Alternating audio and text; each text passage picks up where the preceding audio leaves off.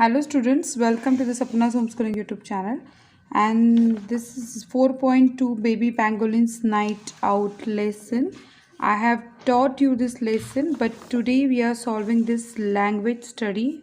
We are going to understand each and everything about the language study. नमस्कार विद्यार्थ्यांनो, आपण 4.2 हा जो बेबी पँगोलिनचा लेसन आहे, पँगोलिन्स नाईट आउट, हा पूर्ण शिकलो. याचं वॉर्मिंग अप, याचं वर्कशॉप, याचं मराठीतनं अर्थ सगळं शिकलेलं आहोत. त्याचे हवं तर मी लिंक पण डिस्क्रिप्शनमध्ये. पण आज आपण लँग्वेज स्टडी बघतो. खूप मुलांच्या कमेंट्स आल्यात की लँग्वेज स्टडी सोडवा किंवा समजून सांगा. तर बेसिकली मला एक सांगा, तुम्हाला पार्ट्स ऑफ स्पीच माहिती आहेत का? तुम्हाला एक पोएम पण होती पार्ट्स ऑफ स्पीचवरती, बऱ्याच जणांनी बघितले असेल त्याचा व्हिडिओ. तर पार्ट्स ऑफ स्पीचमध्ये वर्ब हा एक महत्त्वाचा कॉन्सेप्ट आहे, महत्त्वाचा पार्ट आहे. तर वर्बचा अर्थ आहे क्रिया किंवा कुठल्याही प्रकारचं क्रियापद, आपण ज्याला वर्ब असं म्हणतो की ती क्रिया घडवते, ॲक्शन दाखवतं. तर इथे म्हटलं की कन्सिडर द फॉलोइंग सेंटेन्सेस. आता हे खालचे जे वाक्य आहेत ती लक्षात घ्यायची आहेत. कशी बघा, she began to devour the termites. She began to devour the termites. डिवोरचा अर्थ आहे की to eat something quickly. To eat something quickly म्हणजे पटकन खाणं. तर she began to devour the termites. ती पटापट खायला लागली. Baby watched mother. ते बाळ आईला बघत होतं. Mama smelled something. आईला कसला तरी वास आला. They flash harsh torch lights. त्यांनी आमच्या डोळ्यावरती एकदम चमकदार lights चमकवल्या. Underline the verbs in the sentences. आता यांच्या खाली आपल्याला काय करायचं आहे, अंडरलाईन करायचं आहे की हे काय आहेत. आता इथे बघायला गेलं तर आपल्या असं लक्षात येतं या सेंटेन्समध्ये, पहिल्या सेंटेन्समध्ये बिगिनचा भूतकाळ आहे बिगॅन. सो हे पण एक वर्ब आहे. आता इथे टू डिवोर, डिवोरचं भूतकाळी रूप होतं डिवोर्ड, म्हणजे हे पण एक भूतकाळीच रूप आहे, वर्ब आहे. हे सब्जेक्ट आहे, हे ऑब्जेक्ट आहे. Baby watched mother. आता वॉच्डमध्ये हे वर्ब आहे. Mama smelled something, mama smelled something तर हे वर्ब आहे. They flash harsh torch light. आता इथे दे सब्जेक्ट आहे, टॉर्च लाईट ऑब्जेक्ट आहे, पण फ्लॅश आणि हार्शमधला नेमका वर्ब कोणता आहे? फ्लॅश आणि हार्श हे दोन्हीही वर्ब आहे. फ्लॅशचा पास्ट टेन्स होतं फ्लॅश्ड. फ्लॅश्ड म्हणजे कसा, FLASHED फ्लॅश्ड. आणि हार्शचा पण होतो HARSHED हार्श्ड.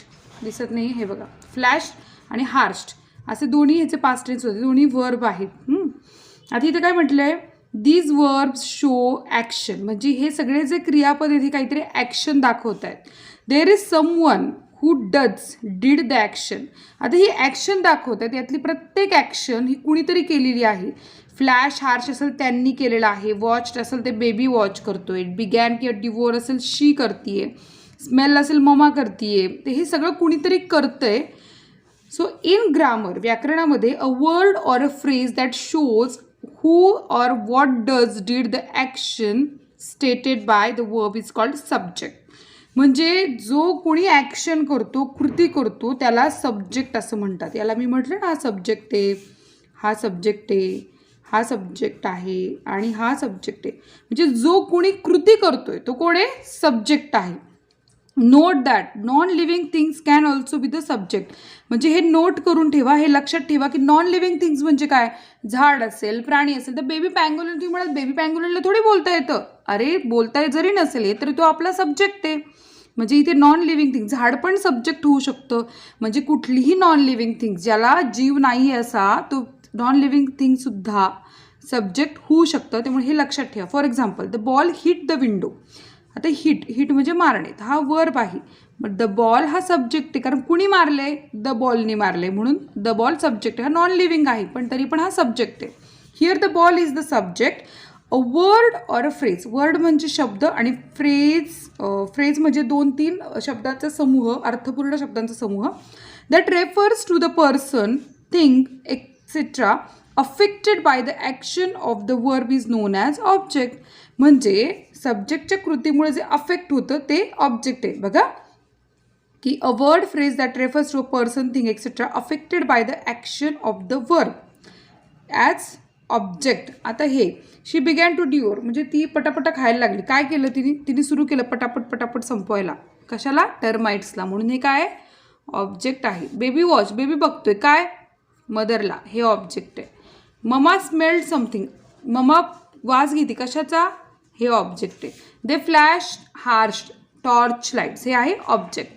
The word in the coloured box in each of the following sentence is the object of the sentence. आता या सगळ्याचं जे कलर्ड बॉक्समध्ये सगळे काय आहेत, ऑब्जेक्ट. जसं की बघा, she began to devour the termites, हे ऑब्जेक्ट आहे. बेबी वॉच्ड मदर, हे ऑब्जेक्ट आहे. ममा स्मेल्ड समथिंग, हे ऑब्जेक्ट आहे. दे फ्लॅश हार्श टॉर्चलाइट, हे ऑब्जेक्ट आहे. Now can you spot the subject and object in the following sentences. सोपं आहे की नाही. कोण करतं आणि काय करतं याच्यातला फरक लक्षात घ्या. तर they search for air holes. They search, they म्हणजे काय, आणि एक सांगू का, माणसांची नावं असतील किंवा आय वी, आता इथे मी लिहून देते, I we you he she it it they, हे सगळे काय प्रोनाऊन जरी असले तरी हे सगळे सब्जेक्टमध्ये येतात किंवा मग मूळ नावे व्यक्तींचे असतील ते येतील. हां, आता शी इथे सॉरी दे, दे काय हा सब्जेक्ट येणार.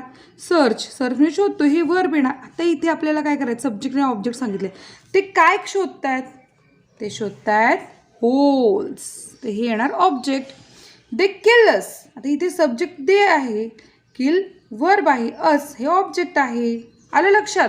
आता इथे they will spend huge amount, they will spend huge amount म्हणजे ते खूप पैसा खर्च करते. कसं, दे येणार इथे सब्जेक्ट, विल स्पेंड येणार आहे हा वर्ब, हा हेल्पिंग वर्ब आहे हा विल, आणि ह्यूज अमाऊंट हे काय येणार आहे ऑब्जेक्ट. आता इथे दे होल्ड मीटिंग्स, आता इथे दे येणार आहे सब्जेक्ट, होल्ड येणार आहे वर्ब आणि मीटिंग्स येणार आहे ऑब्जेक्ट. आलं लक्षात बाळांनो की सब्जेक्ट, वर्ब आणि ऑब्जेक्ट कशा प्रकारे असतो. सब्जेक्ट म्हणजे करतात ज्याने क्रिया केली आहे, वर्ब म्हणजे क्रियापद आणि ऑब्जेक्ट म्हणजे जी क्रिया घडली आहे. तर हे सगळं आहे सब्जेक्ट वर्ब ऑब्जेक्टचा लँग्वेज स्टडी. तर विद्यार्थी मित्रमैत्रिणींनो, मला असं वाटतं आता की तुम्हाला सब्जेक्ट, वर्ब आणि ऑब्जेक्ट नक्की कळालं असेल की सब्जेक्ट काय आहे. सब्जेक्ट म्हणजे कर्ता, वर्ब म्हणजे क्रियापद, ऑब्जेक्ट म्हणजे जी सब्जेक्टने केलेल्या क्रियेमुळे जे घडतं ते पुढचं ऑब्जेक्ट आहे.